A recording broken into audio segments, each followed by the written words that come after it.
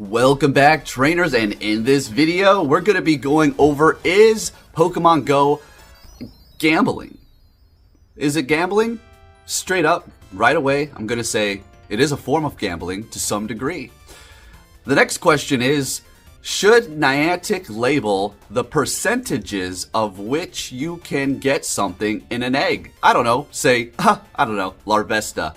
What does if you're very lucky mean? And what does if you're lucky mean exactly? What are the numbers behind those words that they're giving us upon these events? Because if you're very lucky seems like a less than 1% chance, okay? So you had people out here hatching like crazy, and we're gonna take a look at some footage here, and just so you can see the proof, okay? I've cut down on my raids, and I've also cut down on spending period, like I've stated many times before. But as you're gonna see here, as we get into my eggs, and I did not do this strictly for the video, I haven't done this since I started spending the game, I don't think I've done this. And that is not incubate my eggs. Yeah, I'm not buying. I'm gonna go and I'm gonna probably get $100 worth of Pokecoins here in a little while, but it's not like it used to be, because at the end of the day, this is my job and I do need to keep the machine well oiled. That's just simple as that. So do we need to have them disclose percentages? Because it's taking people like Silph Road and other websites to come up with all these hatch rates to formulate a number for us here. So quickly, let's go ahead and go over Larvesta, and we'll take a look at all of my stuff here. As you can see, I've been in it for a while, and I've hatched a ton of 100s, I've hatched a ton of shinies, and that's the result of hatching over 25,000 eggs. That's a lot of cash. That's a lot of money. So taking a look at Larvesta here, we're over on this Silph Road.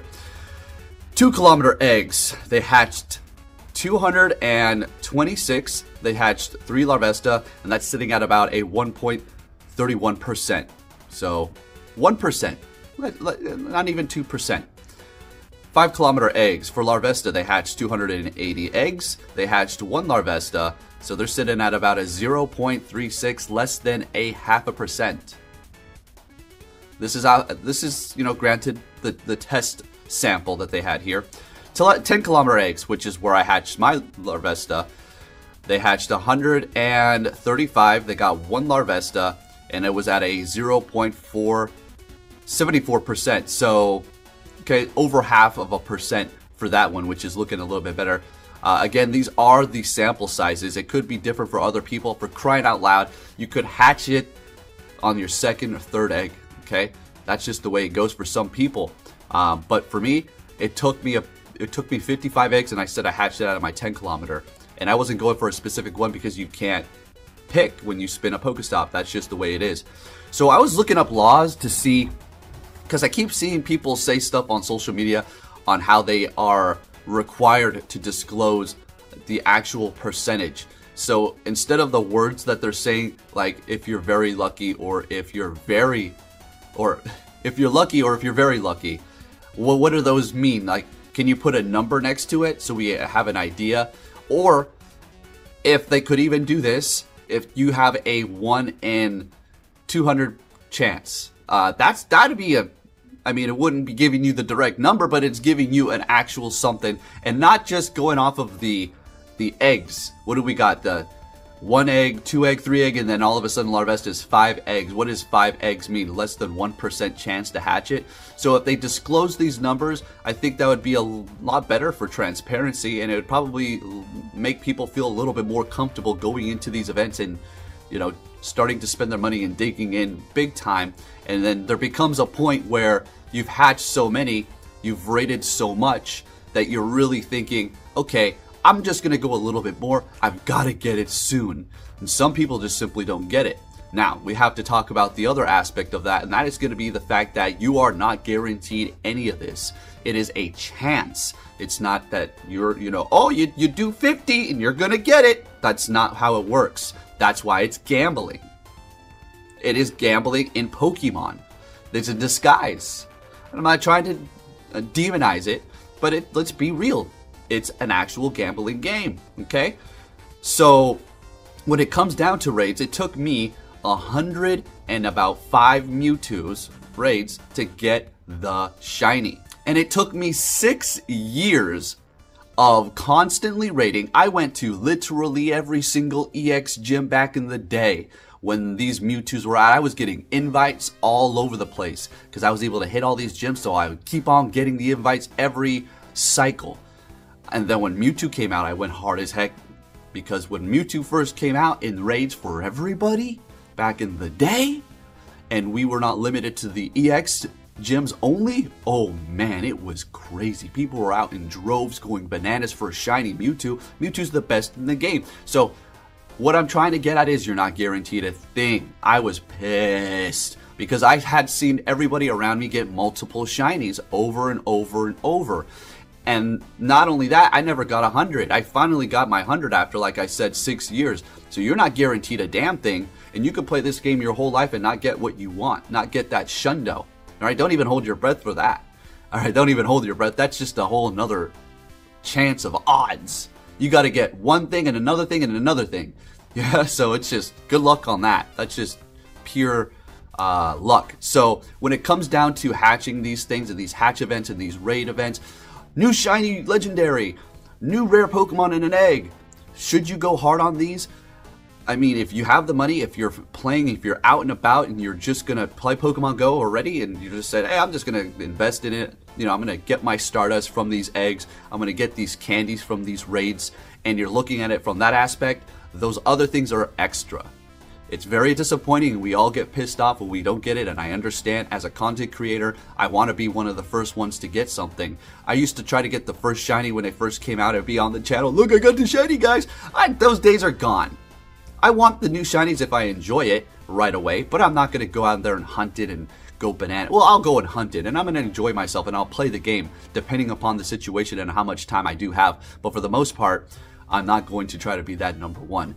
But at the end of the day, you're not guaranteed a damn thing. But should they have to disclose a number, maybe the odds of getting it, like we said, 1 in 200, 1 in 25, I don't know, whatever the case situation may be, that would be fantastic. Instead of if you're lucky, are they obligated and do they have to tell us?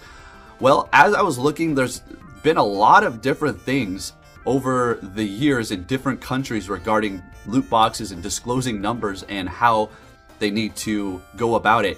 And when it comes down to mobile game apps, there's a little bit of a gray area, and it seems like they're still trying to figure it out. And again, there's different laws for different countries. So this is it's kind of like the Wild West for apps, sort of right now in this time period, where they can, I don't want to say get away, but not disclose the full numbers of loot boxes, because this is a loot box game, period.